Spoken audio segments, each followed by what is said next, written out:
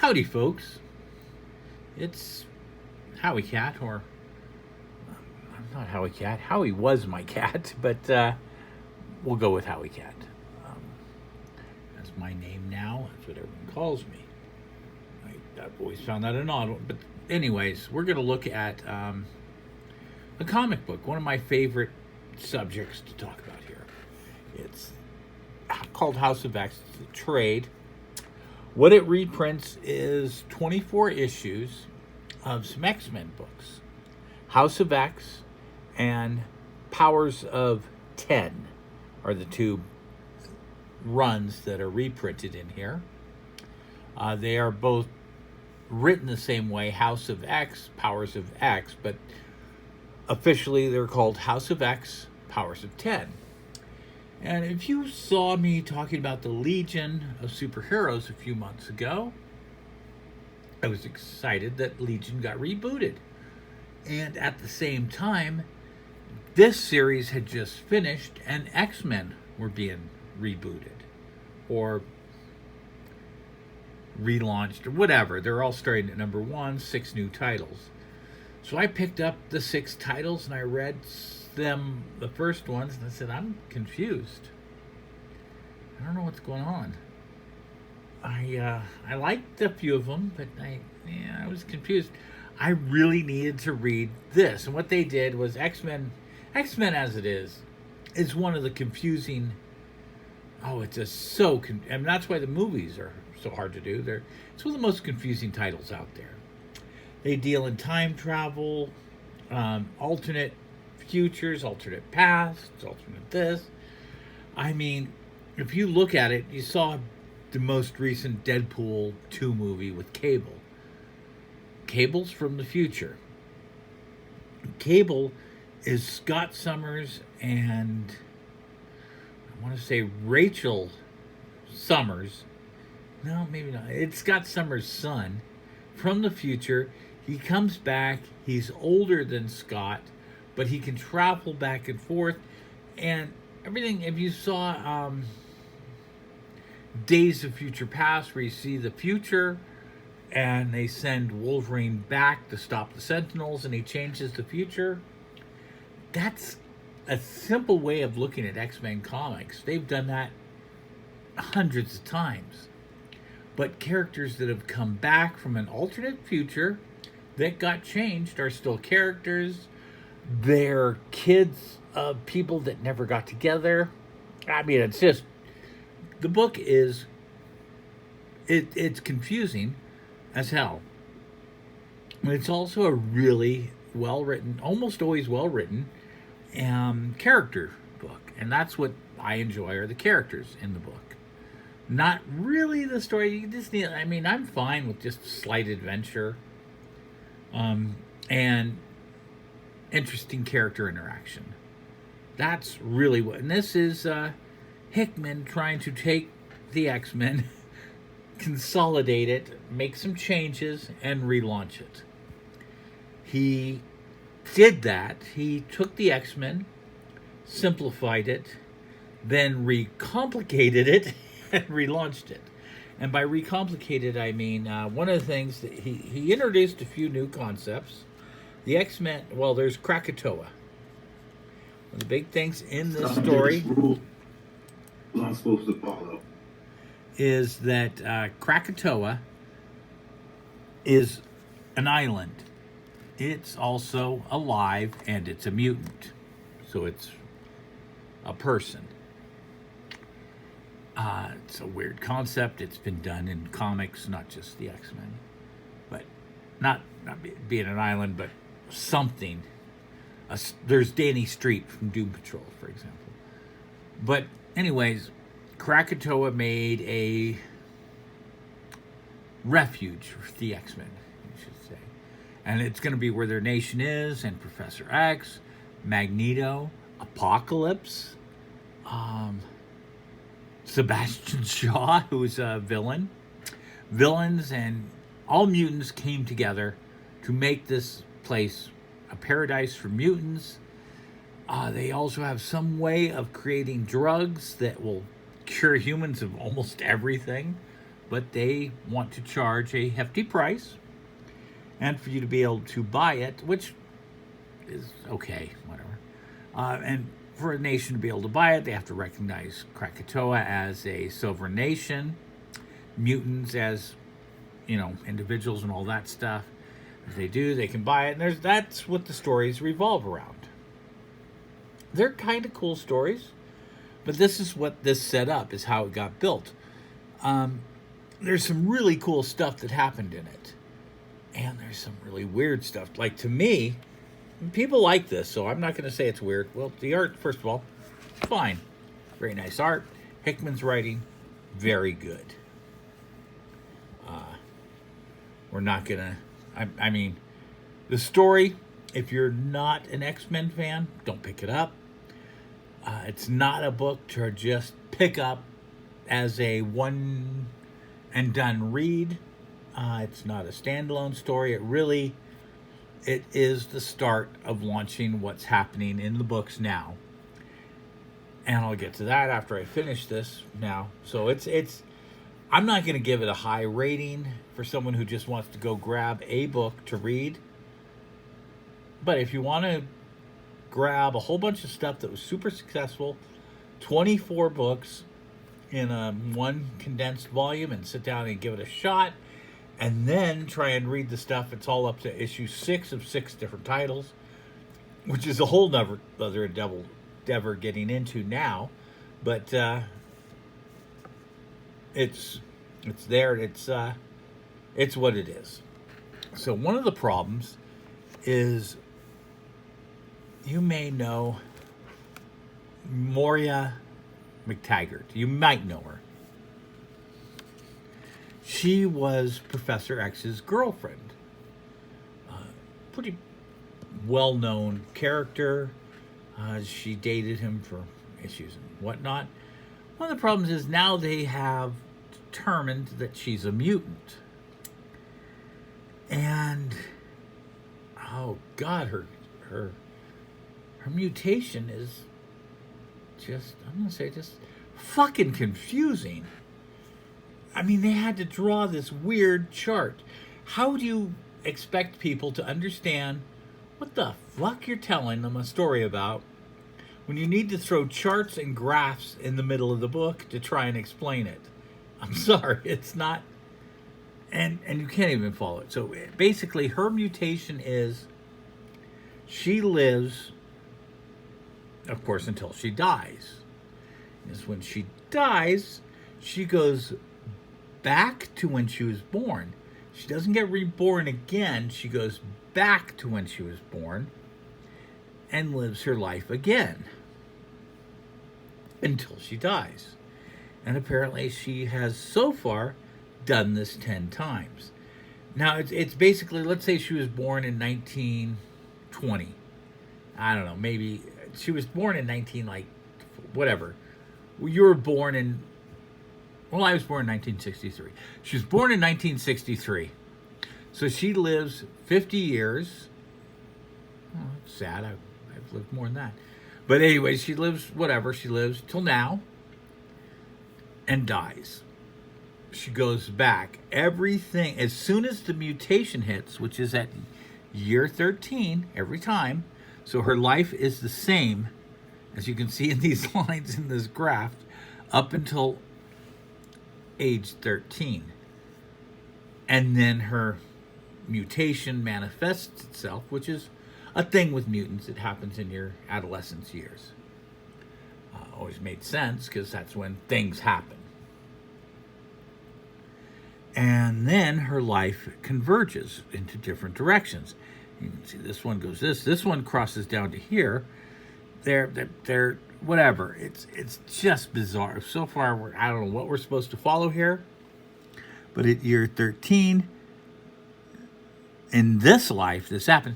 Now, somehow, this is all happening 10 times within the same time period, because she's lived it 10 different times. She is changing the timeline. Because each time she goes through and things happen and different outcomes come. And they realize as they're going through these years she meets Charles at an early age every time.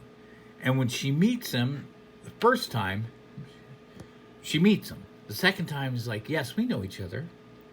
And she's trying different things. And finally, in the last try, because at year 17, she meets Xavier. But not every time, because in year 18 here it is, in year 17, she enrolls in Oxford. She meets Xavier. Different years. This year she skipped missing him. This year she skipped Oxford and met Apocalypse. You know, different things happen. And so she has the ability to change the outcome of the future every time she dies. There's even a scene where Wolverine kills her on purpose so that she can go back and change all the outcomes. She has to live her life again. Is this confusing as fuck? It is. It's without, I mean, you need a graph.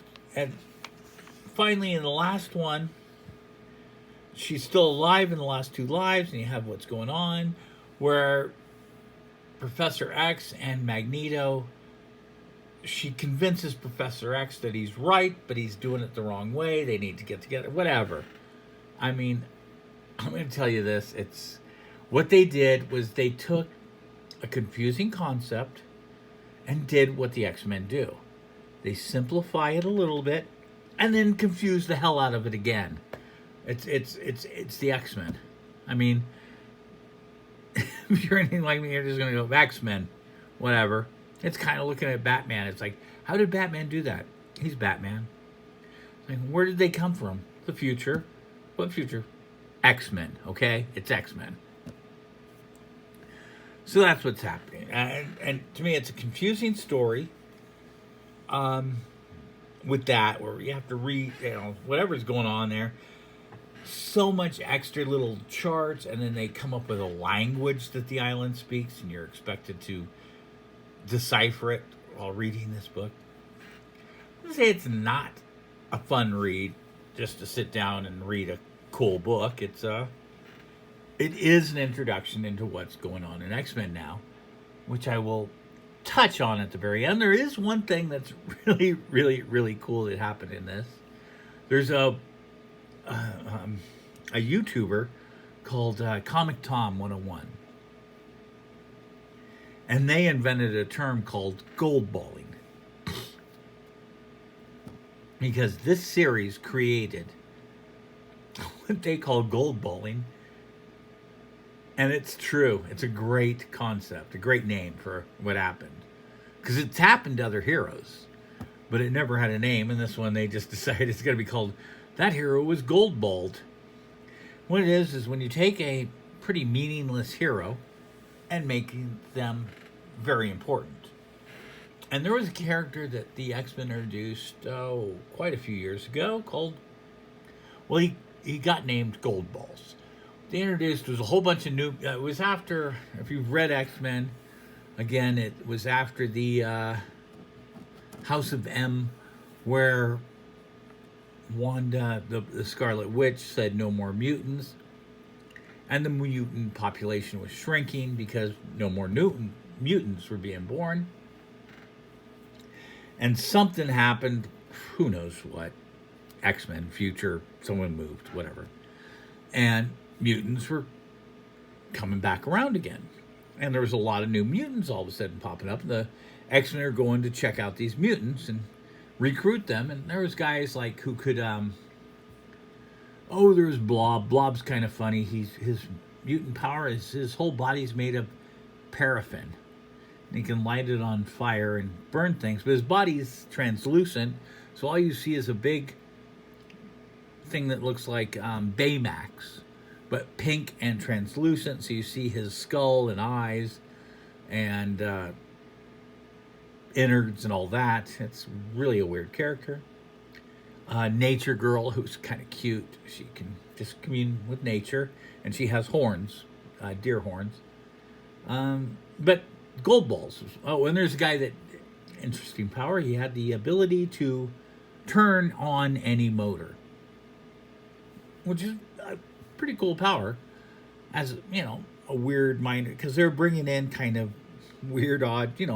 Let's see what we do with these guys type of powers. He could look at a car, boom, the car would turn on, get in, and drive it off if he so needed.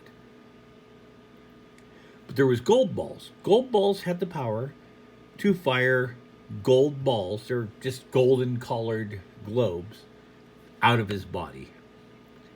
And they would hit people, and they didn't seem to be like cannons or come out with particularly strong velocity, but enough to really knock them on their ass. And he could fire seemingly an unlimited amount of these gold balls. And they would hit the opponents and knock them down, and the other people would take care of him. He was kind of a worthless character, and the whole idea was it was a joke. Because people were trying to figure out names. I can do this, what should I be called? Like Nature Girl was like, well, I can talk to animals, I can talk to plants. And I said, well, you're Nature Girl, and she liked it. And gold balls, well, I shoot these gold balls. What should I be called? And people just said, you're gold balls. He goes, no, I am not stuck with gold balls. That's not my name. So it was a joke. Who wants to be called gold balls? Just a silly name. But eventually it stuck. And that was the joke that ran for a while. In this run, they determined that those balls were actually eggs. And with X-Men. Mr. Sinister has been collecting DNA from X-Men forever because he wants to clone all the X-Men and do weird things. But if you saved that DNA and injected it into an egg, you could actually rebirth a dead X-Men. Now, with Cerebro, Professor X not only had been scanning for mutants, he was able to save their memories up until the moment they died. So you didn't just clone the X-Men, you were able to put their memories back and actually revive them. Yeah, weird stuff, right? That X-Men. And these are all things that happened within these 24 volumes. So Goldball suddenly became the most important X-Men on the team. He could save, if you died in battle, that you're back. He was reviving everybody. He's brought in all kinds of old X-Men back. Cool stuff, but what ended up happening is they realized that what occurred was a worthless character became super important, and they coined the term goldballing them, which is cute. It's a funny term, and it's accurate. He was goldballed. That means he was a nobody, and he became a somebody. It happens in comics a lot, where someone who's a throwaway character becomes super. Well, Harley Quinn, you could say, was goldballed. She was a throwaway character meant to appear in one animated episode of Batman. Semi-popular, she eventually appeared in the comics, became huge. Now, she didn't get ultra powerful, but she blew up because the fans liked her. A little different, but kind of the same idea. When you take someone who's been goldballed, they decide their power is more than was originally meant to be. I like the term. So this is getting long. I might as well go on to this. We've got the 6 new titles out. I've read a few. I've caught up with New Mutants, X-Force, and Marauders. I still have to read X-Men, Excalibur, and Fallen Angels. So I have no opinions on those. So I'd say New Mutants and Marauders are solid books. And this series has helped me to enjoy those two. And I'll catch up on the others. And if you want to know how I think about them, I'll let you know. But that's it. This is House of X, Powers of 10. The trade hardback review. Or talk. And it's probably too long. But please, if you want to hear more about comics and other silly stuff that I do, please subscribe. Thanks a lot, folks. Bye.